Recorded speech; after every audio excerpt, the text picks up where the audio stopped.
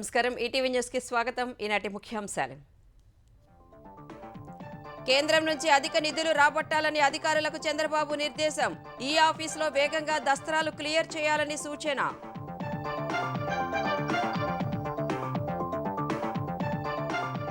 ఏపీలో గిరిజన హక్కుల పరిరక్షణకు కట్టుబడి ఉన్నామన్న ముఖ్యమంత్రి. 1/70 చట్టాన్ని రద్దు చేసే ఆలోచనే లేదని స్పష్టీకరణ. జగన్ హయాంలో ఏపీలో ఢిల్లీని మించిన లిక్కర్ స్కామ్. లోక్సభలో కూటమి ఎంపీల ఆరోపణ. విచారణ జరిపించాలని కేంద్రానికి వినతి.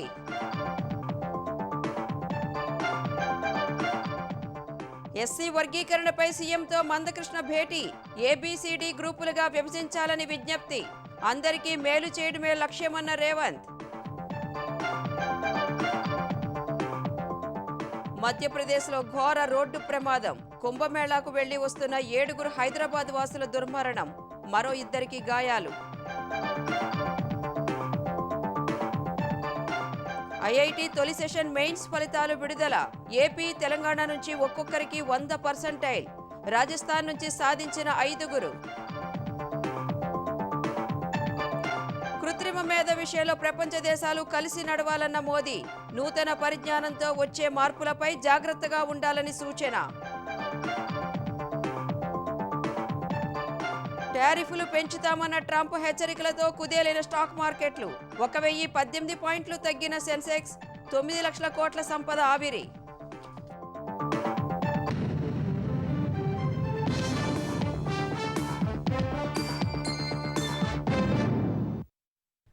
కేంద్ర బడ్జెట్ను క్షుణ్ణంగా అధ్యయనం చేసి ఏపీకి వీలైనన్ని ఎక్కువ నిధులు తీసుకొచ్చే విషయంలో ప్రత్యేక దృష్టి పెట్టాలని అధికారులను సీఎం చంద్రబాబు ఆదేశించారు. అందుకోసం త్వరితగతిన యూసీలు సమర్పించాలని మంత్రులు, కార్యదర్శుల భేటీలో స్పష్టం చేశారు. ఏపీ బడ్జెట్ వినూత్నంగా ఉండాలన్న సీఎం ప్రజల ఆకాంక్షలు నెరవేర్చేలా రూపొందించాలని సూచించారు. ఈ ఆఫీసులో ఫైళ్ల క్లియరెన్స్లో వేగం పెంచాలన్న సీఎం విజన్ 2047 దృష్టిలో పెట్టుకుని పనిచేయాలని, పౌర సేవలని వాట్సాప్లోనే అందించాలని ఆదేశించారు. సచివాలయంలో అన్ని శాఖల మంత్రులు, కార్యదర్శులతో సమావేశమైన ముఖ్యమంత్రి చంద్రబాబు పాలనాంశాలపై సమీక్షించడం సహా ఆంధ్రప్రదేశ్ పునర్వైభవానికి చేపట్టాల్సిన చర్యలపై దిశానిర్దేశం చేశారు. కూటమి ప్రభుత్వం అధికారంలోకొచ్చిన 8 నెలల కాలంలో తీసుకున్న చర్యలను వివరించిన సీఎం అధికారులు పాలనలో వేగం పెంచాలన్నారు. వినూత్న ఆలోచనలతో ముందుకు రావాలని సూచించారు. ఈ ఆఫీసులో ఫైళ్ల క్లియరెన్స్ వేగవంతం చేయాలన్న ఆయన ఎక్కడైనా ఆలస్యం జరిగితే కారణాలు తెలుసుకుని త్వరితగతిన పరిష్కారం చేయాలన్నారు. ఆర్థికేతర ఫైళ్ల పరిష్కారంలో జాప్యం వద్దన్న చంద్రబాబు ఆర్థిక పరమైన ఫైళ్లైతే బడ్జెట్ అంశాలను సమీక్షించుకుని త్వరితగతిన పరిష్కరించాలని నిర్దేశించారు. ఫైల్ క్లియరెన్స్ పైన కూడా గవర్నమెంట్ లో ఈ రోజు ఆన్లైన్ ఫైల్స్ ఉన్నప్పుడు కొంతమంది ఇండెఫినెట్ టైం 1 year 6 months తీసుకునే పరిస్థితి వస్తున్నారు. అంత టైం మనం తీసుకుంటే ఏ విధంగా మీ నిర్ణయాలు సమర్థనీయం అనేది కూడా మనం ఆలోచించుకోవాల్సిన అవసరం ఉంది. ఇప్పుడు క్లారిటీ ఉంది. లాస్ట్ మైల్లో ఏ వ్యక్తి ఎన్ని రోజుల్లో ఫైల్ క్లియర్ చేశాడు కూడా క్లారిటీ వస్తుంది. ఎందుకు క్లియర్ చేయలేదు కూడా మీకు ఒక అవగాహన ఉంటుంది. హైరార్కీ వైజ్ మీరు చూసుకుంటే కన్సర్న్ మినిస్టర్స్ కి ఆ డిపార్ట్మెంట్ లో మొత్తం యాక్సెస్ ఉండే పరిస్థితి వస్తుంది. నాకైతే మొత్తం కూడా వచ్చే పరిస్థితి వస్తుంది. దయచేసి మనందరం ఫైల్స్ అన్ని కూడా వేగం పెంచాలి. వ్యవస్థని మెరుగుపరచడానికి దీన్ని సమర్థవంతంగా ముందు తీసుకోవడానికి మనం ఆలోచిస్తున్నాం. కేంద్రం విధానాల్లోనూ అనేక మార్పులు వచ్చాయన్న చంద్రబాబు వాటిని అధ్యయనం చేసి బడ్జెట్ నుంచి రాష్ట్రానికి ఎక్కువ నిధులు తెచ్చుకోవాలన్నారు. ప్రతి ఇంటికి సురక్షిత తాగునీటిని అందించాలన్న లక్ష్యంతో కేంద్రం చేపట్టిన జల్ జీవన్ మిషన్ ను సమర్థంగా వాడుకోవాలన్నారు. గవర్నమెంట్ ఆఫ్ ఇండియాలో కూడా ఫస్ట్ మూవర్ అడ్వాంటేజ్ మనం తీసుకోవాలి. వాళ్ళ బడ్జెట్ మొత్తం మనం స్టడీ చేయాలి. ఎంతవరకు మనం ఫండ్స్ తెచ్చుకోగలుగుతామో, మనకు అన్యాయం జరగకుండా ఉండడం ఒకటి, మీరు ప్రోయాక్టివ్ గా ఉంటే బెటర్ రిసోర్సెస్ తెచ్చుకోవడం రెండోది. అన్ని గవర్నమెంట్స్ యూనిఫామ్ గా పనిచేయవు. అక్కడ ఏ డిపార్ట్మెంట్ అయితే ఏ గవర్నమెంట్ సరిగా పనిచేయదో అక్కడ గానీ మీరు పని చేసి మళ్ళా క్లెయిమ్ చేయగలిగితే, ఈవెన్ గవర్నమెంట్ ఆఫ్ ఇండియాలో ఒక 1% 2% ఫండ్స్ మీరు తెచ్చుకోగలిగితే that will be big boost for అస్.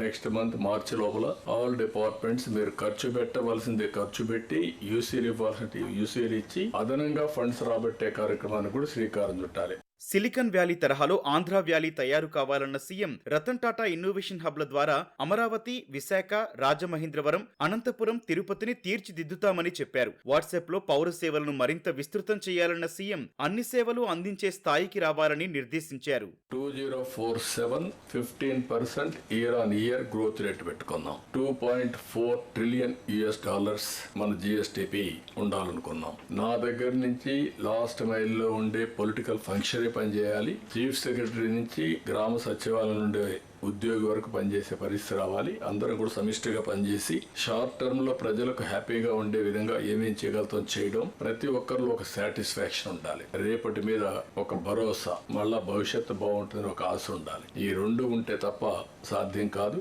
ఉదయం సమావేశానికి ఆలస్యంగా వచ్చిన మంత్రులు, కార్యదర్శులపై సీఎం ఆగ్రహం వ్యక్తం చేశారు. వారి కోసం 10 నిమిషాలు వేచి చూసిన సీఎం మరోసారి ఆలస్యంగా వస్తే సహించబోనని హెచ్చరించారు. గిరిజన హక్కుల పరిరక్షణకు కట్టుబడి ఉన్నామని 1/70 చట్టాన్ని తొలగించే ఉద్దేశం లేదని ముఖ్యమంత్రి చంద్రబాబు స్పష్టం చేశారు. మన్యం ప్రాంతాల్లో గిరిజనులు చేపట్టిన నిరసనలు, బంద్ను దృష్టిలో పెట్టుకుని స్పందించిన చంద్రబాబు, గిరిజన జాతుల అస్తిత్వాన్ని కాపాడుకోవడం అంటే భారతీయ సంస్కృతిని కాపాడుకోవడమేనని చెప్పారు. గిరిజనుల సంక్షేమం, అభివృద్ధి కోసం ప్రత్యేక కార్యక్రమాలు అందించామన్నారు. అరకు కాఫీ సహా ఇతర గిరిజన ఉత్పత్తులకు అంతర్జాతీయ గుర్తింపు తీసుకురావడానికి కృషి చేస్తున్నట్లు తెలిపారు. ఉమ్మడి రాష్ట్రంలోనే 3వ నెంబర్ జీవోని తెచ్చి గిరిజన ప్రాంతాల్లో ఉపాధ్యాయ పోస్టులు గిరిజనులకు మాత్రమే దక్కేలా కృషి చేసినట్టు సీఎం గుర్తు చేశారు. గత ప్రభుత్వ నిర్లక్ష్యంతో న్యాయపరమైన చిక్కులు తలెత్తి ఆ ఉత్తర్వు రద్దయిందన్న ఆయన దాని పునరుద్ధరణకు తాము కృషి చేస్తామని తెలిపారు. గిరిజన ప్రాంతాల్లోని ఆస్తులపై గిరిజనులకే హక్కు ఉండాలన్న ఆలోచనతో వచ్చిన 1/70 చట్టాన్ని మార్చే ఉద్దేశం ఏమాత్రం లేదన్నారు. ఈ విషయంలో తప్పుడు ప్రచారాలను నమ్మి ఆందోళన చెందవద్దని గిరిజన సోదరులను కోరారు. ఎస్సీలను 1, 2, 3 గ్రూపులుగా కాకుండా ఏబీసీడీలుగా వర్గీకరించాలని సీఎం రేవంత్ రెడ్డిని ఎంఆర్పీఎస్ వ్యవస్థాపక అధ్యక్షుడు మందకృష్ణ మాదిగ కోరారు. ఎస్సీ రిజర్వేషన్ వర్గీకరణపై జస్టిస్ షమీం అఖ్తర్ ఇచ్చిన నివేదిక, సిఫార్సులోని లోటుపాట్లు సరిచేయాలని విజ్ఞప్తి చేశారు. బంజారాహిల్స్లోని తన నివాసంలో మందకృష్ణతో సీఎం భేటీ అయ్యారు.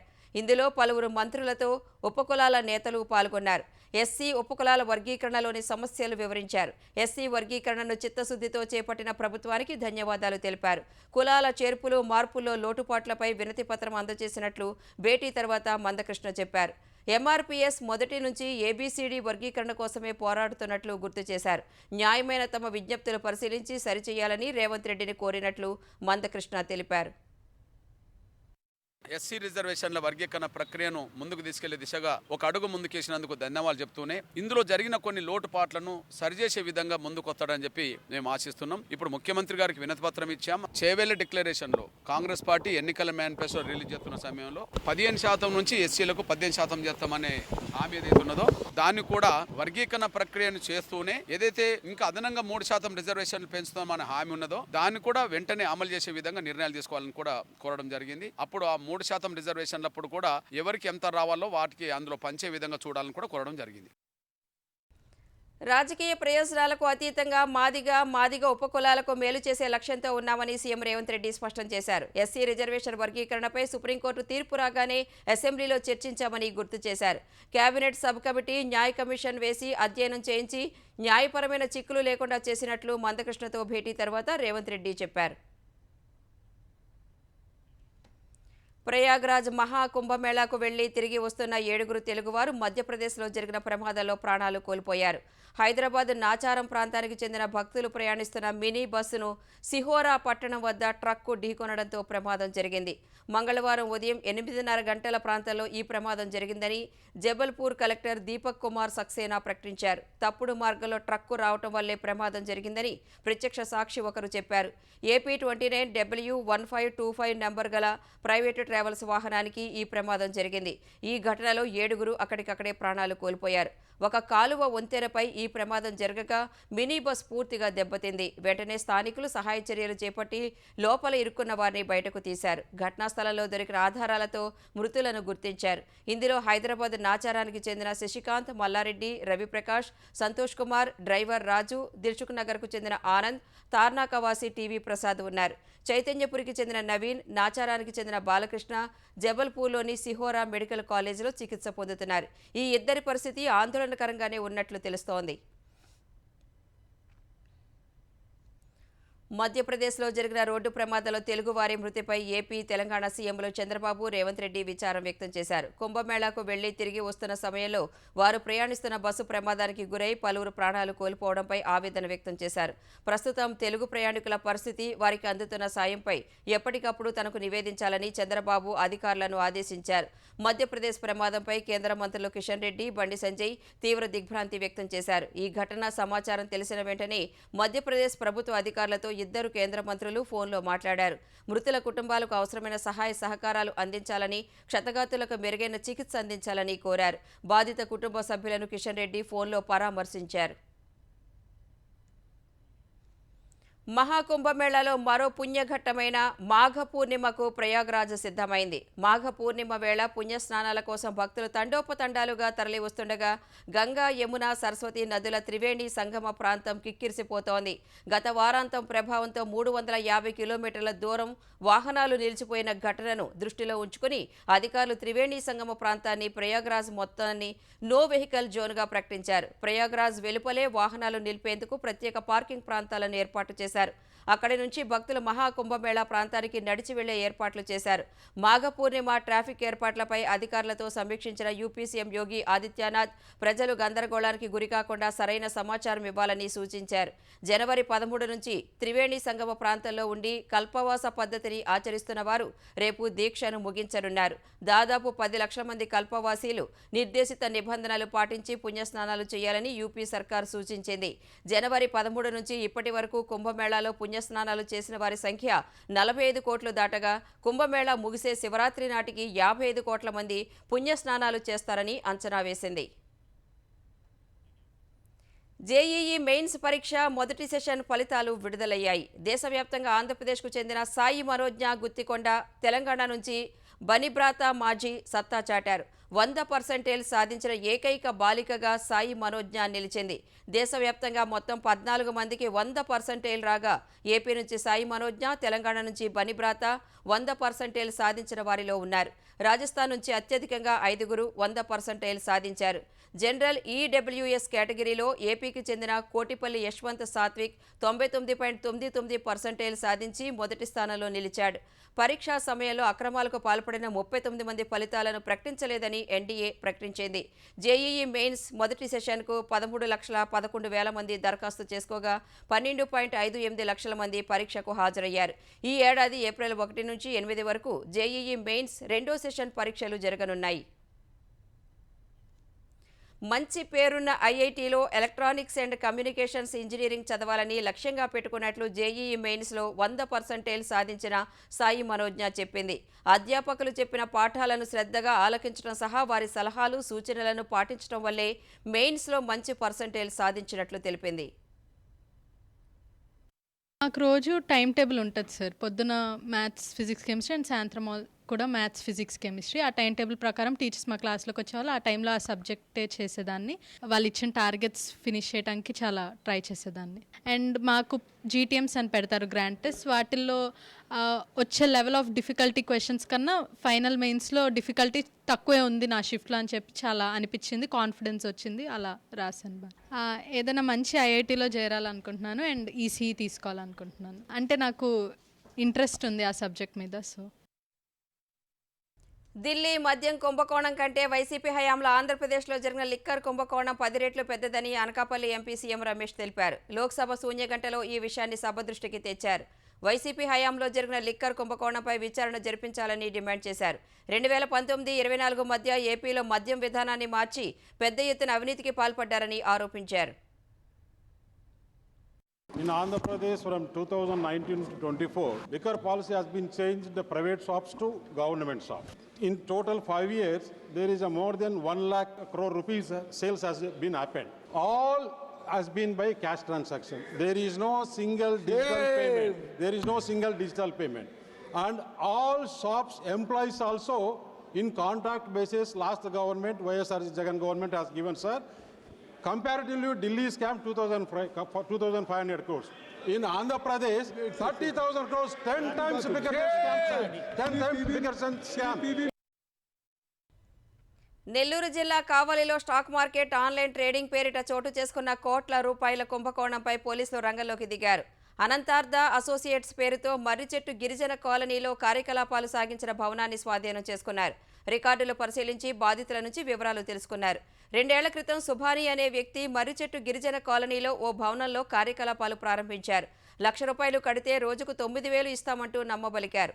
అత్యాశకు పోయిన ప్రజలు వారి మోసాలు గ్రహించలేక లక్షల్లో సమర్పించుకున్నారు.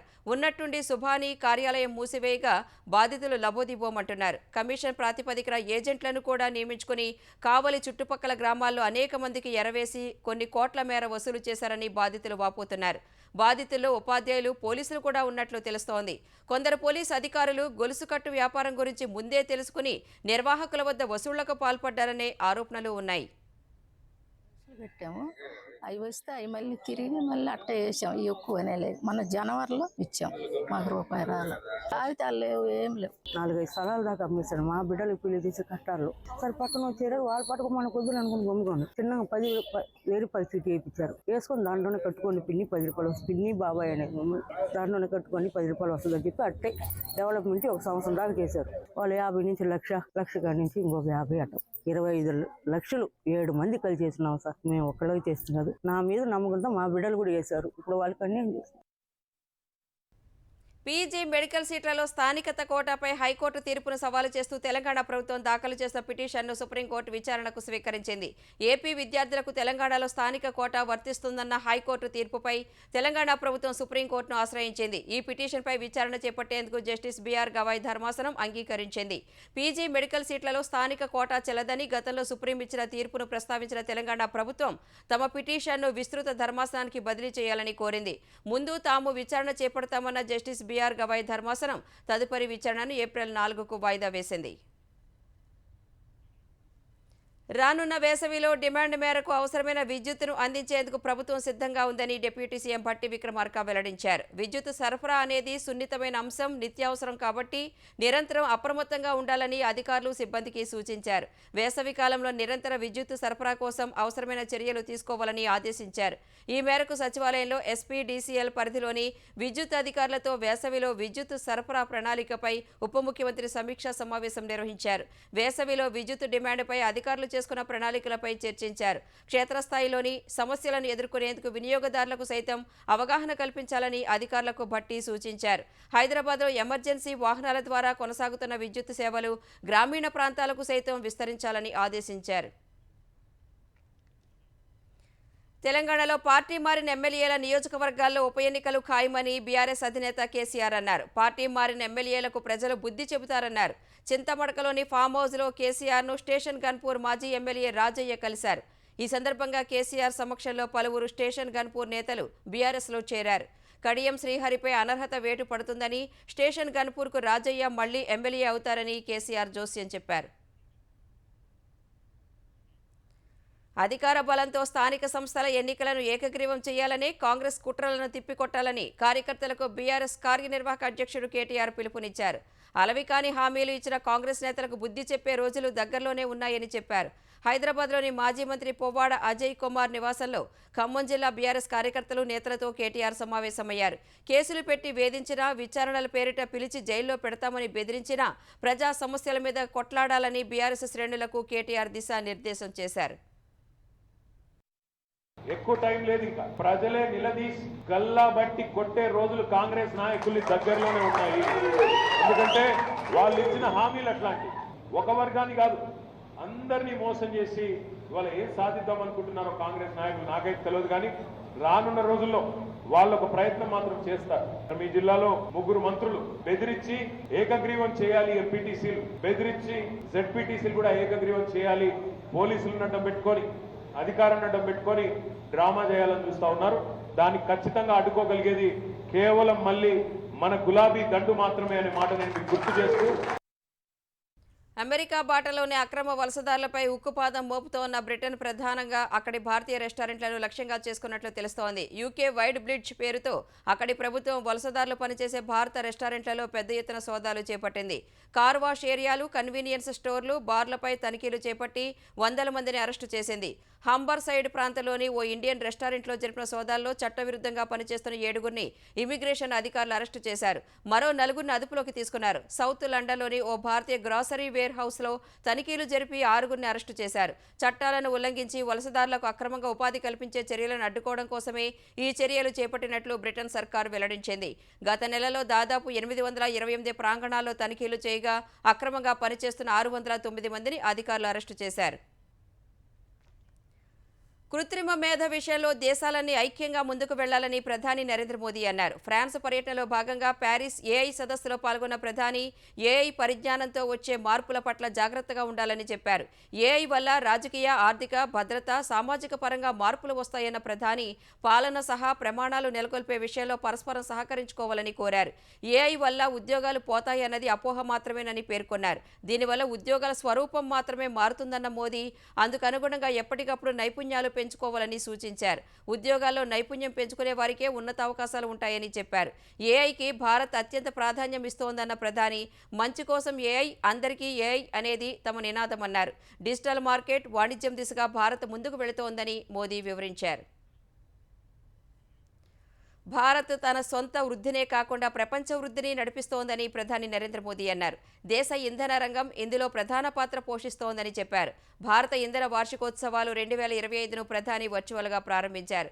21వ శతాబ్దం భారత్దేనని ప్రపంచంలోని నిపుణులు చెబుతున్నట్లు మోదీ పేర్కొన్నారు.